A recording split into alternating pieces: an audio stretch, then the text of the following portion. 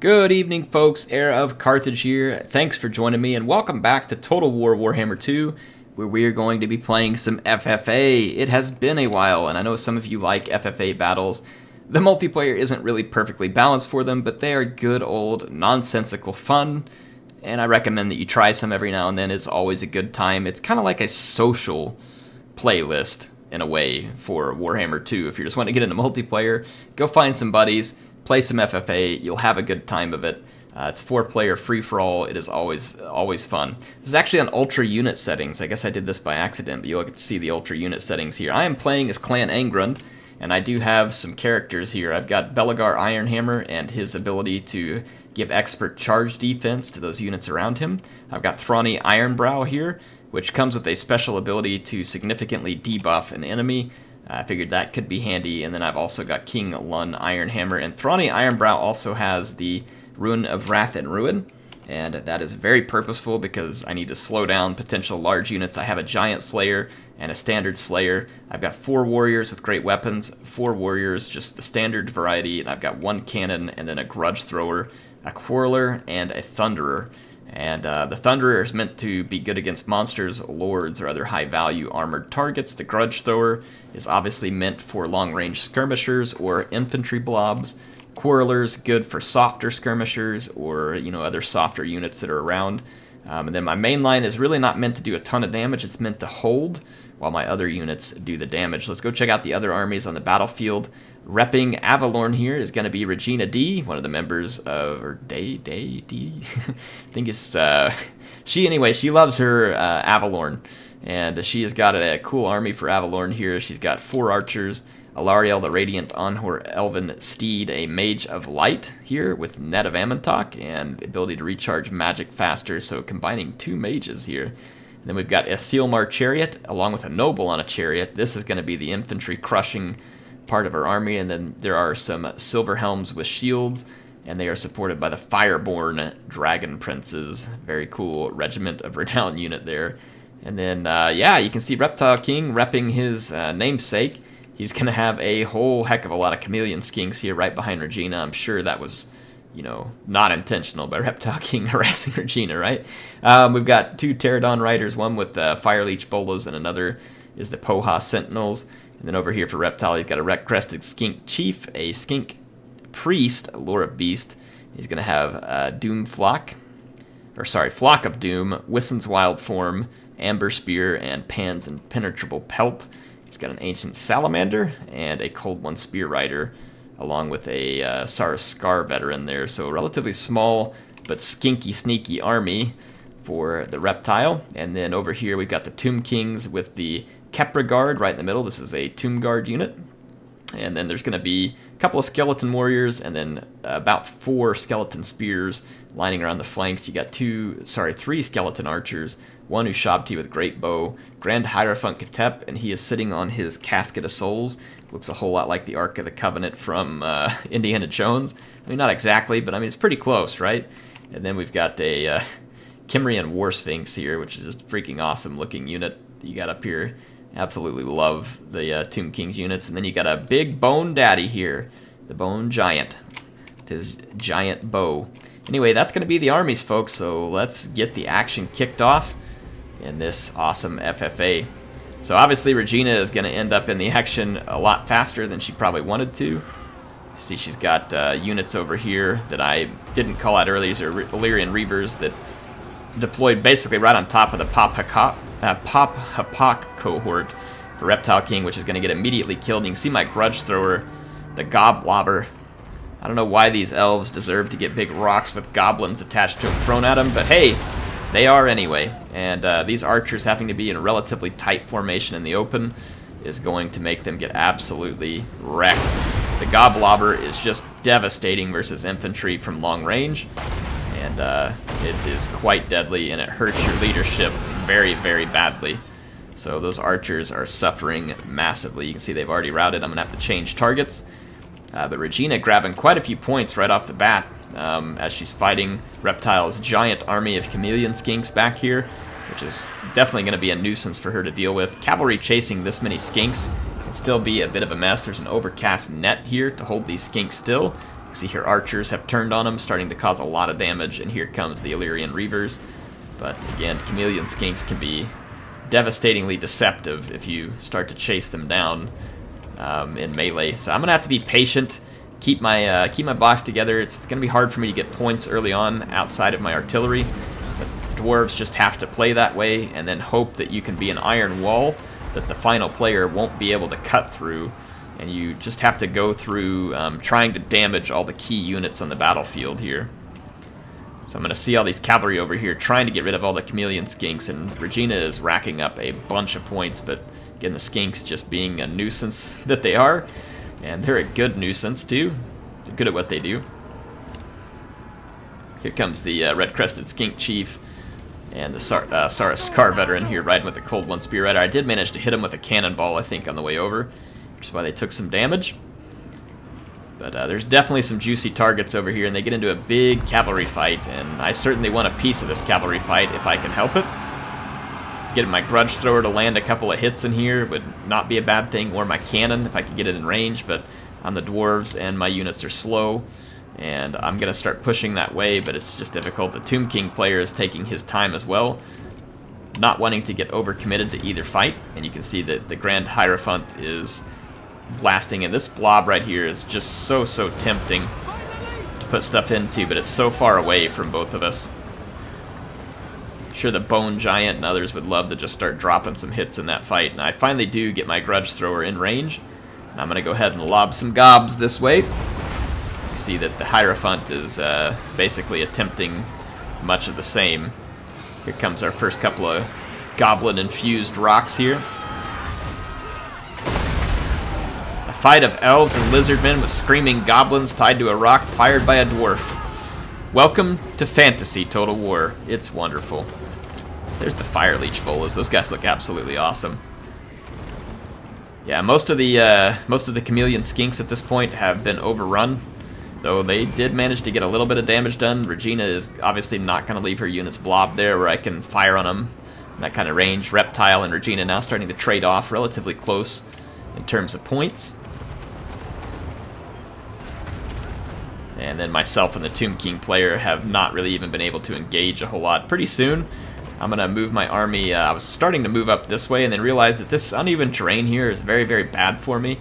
And so instead, I decide I'm going to start moving down this path. I need to be on flat ground if my dwarves are going to have a chance of, you know, defending. Because I think at this point I can kind of tell by what's going on over here. Regina is going to come out of this fight with quite a bit of cavalry and chariots. And she's going to be a major threat to me. Reptile King's Ancient Salamanders over here looking awesome. This poor guy got hit by the Nerf hammer. Nerfed pretty hard. See the drop rocks there from the Pterodon Riders. Doing everything they can to get in here and cause some damage. Regina has pulled away with a pretty solid lead at this point. Oh, the Bone Giant dropping a big hit there on the Skink Chief. Comes the Poha Sentinels. They probably have some rocks to drop. They indeed do. Gonna get a little extra damage done too. You can see my troops still just trying to move up, find their next position. And same thing with the Tomb Kings, just kind of slowly and cautiously moving up. Reptile and Regina engaging themselves early, but also means that they get out to a point lead. And remember that FFA is all about points. This Ancient Salamander is such a cool looking unit. See, hey, why do you have to nerf it so much? Why you do that? At least drop the poor bugger's price a little. There he goes. The Salamander's been pushed out. My troops are now moving up into a nice choke point, and I've got the range to kind of force people into attacking me as well. You can see here a desperate fight going down. Regina having to clean up what all the lizardmen have here. Alariel, obviously a fantastic lord in this type of fight. She can heal your units, keep them in the fight longer, and then I don't think people get points for the healed hit points when they kill you. So again, you can see she's got a Thielmar chariot and perfect health back there almost. And she's also got a noble on a chariot and very good health. And those are a dang nightmare for dwarves. Reptile's trying to clean out some of her archers here. Did manage to rout them right next to the lion, and they're going to be gone. I stumble onto some archers in the woods. Not anything that's particularly threatening to me. And then the Tomb Kings have moved up a lot closer. and I'm going to start looking for targets to hit with my artillery. For the Tomb Kings, they're archers. I can't allow them to get a bunch of free kills on me. Dwarf infantry's not very good at killing as it is. If I can get rid of their skirmishers, should leave me in a good position. Same thing with the Ashabti with Great Bow. These guys would be devastating against dwarves in the long run, so the Ashabti with Great Bow is going to be a primary target for me, and then the Skeleton Bowman, the target for the Grudge Thrower. So my cannon will focus on these Ashabti with Great Bow. These look so cool walking around. They did such a good job with all the unit models on the Tomb Kings. Love it. Absolutely love it. See here my cannon, my Grudge Thrower, everything kind of moving into position. I am going to go ahead and open fire on these Skeleton Bowmen here very quickly. I'm just using my units to get rid of this archer here that was in the wood from Regina. You can see Reptile kind of flying off, keeping his distance. Doesn't necessarily want to get engaged in the fight until there's going to be a good opportunity for him. And the first cannon volley comes up, and it's going to hit these Ashabti hard. See, they're kind of firing down here at this Chameleon Skink. They're in range of a few of my units, but they'd have to scoot up a little more, and that just puts them in even a better position to get hit by my cannon. See, the Grudge Thrower is just devastating these skeleton archers. It's fantastic at taking down skirmishers or very expensive infantry units. The Grudge Thrower just excels at it, and if you get it in firing at a blob of infantry, then it's just downright devastating. And not just infantry, if you get cavalry in there too, not so much monsters or lords, but cavalry, it can also be devastating if you get them grouped up enough, because it does a lot of armor-piercing damage. Now, I should have changed my target. We did manage to crumble an entire skeleton archer unit, and you can see the cannon is just definitely getting some work done over here as well. Dwarf artillery, definitely solid. Sometimes dwarf players wish it was a little stronger even, but it's still good. It's quite good. Actually going to trigger the healing on these Tomb Kings before they get into combat with me, which is actually kind of great for me. So the Ashabti with Great Bow getting absolutely shellacked, and then these other bowmen getting shellacked. So I mean, I feel like this is going to force the Tomb Kings to engage me, which is exactly what I want. They're either going to engage me or they're going to sit back here and feed me points. Katep does have some ammo left, and he is using it on my cannon. I mean, I can understand him using it on the cannon. The cannon's a bit of a spread out unit, though. It's not real easy to hit. He may want to use it on some of my armored infantry instead, because he's going to have a difficult time cutting through all my armored infantry with his non-armor piercing. He does have his Kymrian War Sphinx, but it's going to have to make its way through a significant amount of fire. I have a cannon, and I have Thunderers, so this Kymrian War Sphinx would be fantastic against dwarves if you can get rid of those Thunderers and that cannon. The cannon has been pretty relentless on these Ashabti. There's even some crumbling going on here. That shot, fortunately for the Tomb Kings, falls just shy, not able to hit them. But they are taking some serious damage. Now with the Kymrian War Sphinx out in front of me, I do decide to change my cannon target. It's a big shot, or big target, pretty easy to hit, and we definitely want to cause all the damage we can to it. You see the cannonballs just bouncing off of this thing. All the damage we can do to this, we want to do it, because there are a ton of hit points on that type of unit. Now the Kepler Tomb Guard are my next target. You can see they are getting savaged by a straight cannonball there, but the Grudge Thrower, the Goblobber, look at the damage already causing these. It's already killed 30 unit models before it ran out of ammo, and I do believe that's almost out of ammo. May have a volley left. I think that I swapped back over to just finish off the archers. The Kepler Tomb Guard can heal, but it won't be able to resurrect unit models. So we took a pretty good chunk of hit points off of the Kymrian War Sphinx. You can see here it's down a couple thousand hit points, and then it's going to come flying in. I'm going to move my line forward. I got to put distance between my skirmishing line. So I'm going to start falling back with my Thunders. I'm going to use Belagar. I have given the charge, expert charge defense here. It won't stop the mass, but it should at least take away some of the damage that comes from that guy on the charge. You can see that my unit not very damaged on the charge. I'm able to get my giant slayers in here, fall back just enough with my Thunders to open fire and cause significant damage to the Kymrian War Sphinx. And it's not going to continue on to my Thunders, which it kind of needs to, but at the same time it really can't. So the Kimrian War Sphinx here is going to go down, which means that my infantry is going to go into a slow grind with the Tomb King's infantry, which is fine. That's actually good with me. Quite okay with that. I've got my ethereal unit here coming into, I believe that's my ethereal Thane, it is. So this is King Lun Iron Hammer. He's going to roll on in here. The Kimrian War Sphinx has so many hit points, so despite everything I've done to it, it's still alive and doing some significant damage to one of my Dwarf Warriors right now, so it's not good. I don't want to be losing that infantry, and I'm trying to cut that thing down as quickly as I can cut it down. Now, Grand Hierophant has moved up here. I do believe that the Lizardmen, yeah, the Lizardmen are still kind of holding tight with a bunch of their units. And then Regina has her chariots wanting to swoop in and get a piece of the action here. She sees a flank of infantry that's kind of exposed. I've got my Giant Slayers handy. And I will do my best to get up here and try and use some different abilities to try and slow these down as I am able. But my Runesmith was actually back towards the back of the fight right now. My cannon still has some ammo. I was maybe hoping to get a shot on the Hierophant, but I can't. So I do believe that instead I start firing at the Bone Giant here shortly. Just trying to cause some damage, but I don't know, maybe the Chariot becomes a good option. The Chariots are just brutal. Doing everything I can to keep them pushed back. An Ethereal Thane should be nice here. It's going to be very difficult for any of these units to kill unless they have magic damage. And I think the only one that does is Alariel. That was intentional. That was intentional. So you see Belegar is going to be an absolute tank out here along with all these Dwarf Warriors. The Dwarf Warriors, good armor, stubborn leadership. Ooh, that was a nasty shot from the Bone Giant. There comes the 3rd level of healing for the Tomb Kings, and they actually go ahead and summon in a Shabti over here in the woods.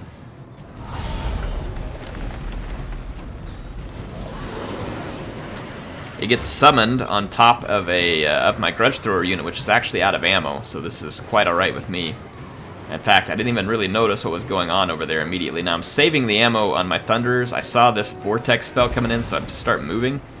I need all the ammo on my Thunderers that I can get to deal with the mess of units that Regina has back here. And Katep just gets absolutely swarmed by angry Pterodons. What a way to go. I mean, you would think with all these vultures around, they'd be going for something with some meat on it, but Katep is just all bone. So, bone raptors or something, I guess, maybe? Yeah, he took a bit of a flaying there. That sandstorm just went on and on and on.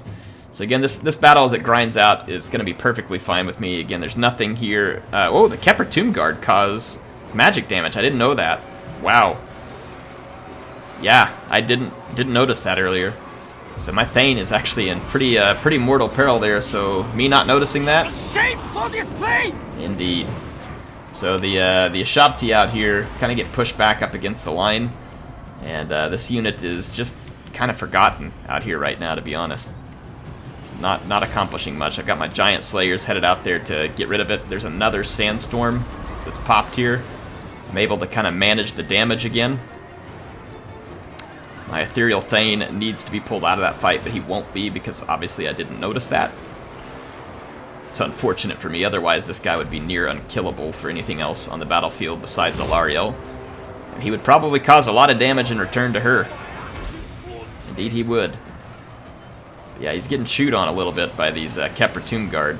I'm starting to close some of the point gap with Regina, but there is still a lot of work to be done. She is significantly ahead of me. See back here that she's gonna send her chariots over. Fortunately for me, Reptile though does a little bit of work for me to stop them. Look at these little shrimpy dwarf cannons. They look really cool though. I'm not going to be able to really get any good shots over here. I'm keeping my Runesmith back here to kind of help keep the leadership high. We've got to keep the leadership up. We can't let people break through. Meanwhile, Cetric gets pinned down here with Dragonborn. Or sorry, Dragonborn. Why do I do that? Fireborn. Doesn't take a ton of damage though. Kind of shocked here that he survived that for very long, and I think Regina's just hoping to get on the move. Not really worried about dealing with the Grand Hierophant right now. Her tougher challenge is going to be getting rid of my dwarves. Look at this, just my Thane wasted. Shameful display. Shameful display. Sorry, King Iron Hammer. You were ethereal, and now you're just straight dead. That's what happens when you fight for air. So my poor ethereal Thane, his unlife cut short. I got one shot in at Katep there and managed to do quite a bit of damage to him. He's fairly well armored. He's a relatively tough unit. That sandstorm did get me there. I wasn't able to retreat in time because I was engaged. I got one unit away just a little bit, and then I'll come back in, but that sandstorm going to be pretty painful. I lost quite a few dwarf warriors to it, and it actually, you can see, put the Tomb King player temporarily back ahead of me because it did so much damage. Now back here, Rune of Wrath and Ruin to control the speed of these chariots while I try and get shots. You can see I am getting some good shots in. We've got to deal the damage. That Chariot Noble is going to be a pain in the butt, but see, when you can slow those units down, it just gets you extra shots, does a little bit of damage, and helps your infantry units get a few attacks in so that they can't just get bowled over. Now Reptile's been looking for a good place to engage. He hasn't quite gotten it yet. He's gotten a couple of decent fights here and there. Over here, Belegar has tanked for a very long time this fight. He's got over 100 kills. Very impressive. Just tanking tons of infantry. I'm keeping my Slayers very near to my skirmishers so that Reptile can't just swoop in and get them. And then, meanwhile, Regina's going to take her chariot through the woods. This is going to give it cover from the missiles, albeit it's going to get slowed down further. And no commitment from the Pterodon Riders, nor should they. Not the time for them to commit to that fight. At this point, I figure Belegar needs a little help. He's just kind of taking an unnecessary beating. So I'm going to send these Slayers in here. They should help chop through this relatively low armor bunch of Tomb Kings. Get them to crumble, get them out of here. Unfortunately, as they crumble, though, I won't get points for it. Meanwhile, here comes the Noble, chasing him with Throny Ironbrow, and using my Giant Slayers to try and push him back. Just need to get him away from my units. But this Chariot Noble is going to be a very difficult unit to stop. They can just plow through dwarf units with relative ease. But the shots from the Thunderers are going to be the saving grace for me here. And again, I have to use their shots carefully. I can't just waste it. I'm not terribly worried about the High Elf Cavalry. I am terribly worried about this Noble, and I was very worried about that Aethelmar Chariot, which is sitting out here too. Alariel is no doubt going to be healing them as much as possible because they haven't lost any unit models. In fact, I would assume that that's what she's up to out there, if she gets the opportunity. Let's take a look at the kills on those units real quick. So the Tomb Kings have been mostly mopped up. Got the Noble over here with 102 kills, the Aethelmar Chariot with 42 kills. Alariel, no kills to her name, but I'm sure she's helped heal a lot. So this leaves Regina in a tough place. Her cavalry has to come in and face me here. My Thunders have a fair bit of ammo, but I have to use that ammo on her chariots. I can't use it on her cavalry as much as I want to. I'm going to use the Wrath and Ruin here again to slow down her chariots. Try and get the shots with my Thunders, but you can see that Chariot Noble, he already knows what he's up to. He's wanting to come straight through my line. I did use the Mighty Oathstone here to help with the charge defense and the melee defense, but you can see that the chariots are able to just plow straight through to my guns. I'm going to have to now get my Giant Slayers to get in here and help assist, but the chariots are no doubt going to just keep plowing through these units and cause a lot of damage. Now my Thunders are spread out all over the ground. But again, because of Belegar able to help mitigate the charge, becomes a very useful lord here in this fight. And my Dwarf Warriors are going to tank for a significant amount of time. None of the High Elf Cavalry is armor-piercing. The chariots are, and it's going to hurt. Alariel looks, sorry, that's the High Mage, sorry, Light Mage. It's a very cool-looking unit. Like the blue cape and everything. Alariel's just kind of sitting back. But yeah, the cavalry of the High Elves, not the biggest threat to me. The point differential is starting to come down, and I'm able to start to do a little bit of damage to these chariots, but again, my guns are still kind of strewn all over the ground. It's making it very difficult for me to get shots, and this allows the High Elf Noble on his chariot to cause an inordinate amount of damage. The Star of Avalorn comes in over here, which is going to help the Aethelmar chariots, at least temporarily. But that star is mostly just healing the High Mage at this point, because the Aethelmar chariots aren't all the way up inside that circle. and my giant slayers catch them, and they're going to finish it. So I am able to get rid of the Thielmar chariot, but the noble hasn't had his fill yet. He's still there. He's going to get hit by a devastating volley right here, but then he's going to get a really good charge. And the armor piercing and the high charge of this chariot, anti-infantry, just brutal. See, he just goes right through anything he touches, but every time he charges through, it's my chance to try and get another shot off, but my Thunders have to turn around. They're not able to turn around in time, so they're just going to get charged again. Then they're going to have to try and turn around, and it's going to be the same story here as the chariot just continues to absolutely lay waste to my units here. It's got 160 kills. The High Elf Cavalry has fought valiantly, but is slowly and surely beginning to fail. And Belegar is just proving too much to deal with. Plus, I have this Ethereal Thane, Ethereal Runesmith, which is going to be very helpful. Doing everything I can to pull these guns back and get another shot at the chariot. You can see the chariot knows that it has to stay on top of my guns. So Regina doing a very good job here with her chariot. She can't let the guns fire. So she's going to do her best to kind of just keep moving around before my guns can reform, get another charge.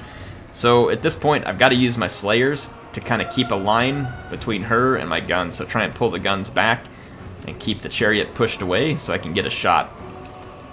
I'm out of Wrath and Ruin, so I can't slow down her chariot anymore. It's not going to happen.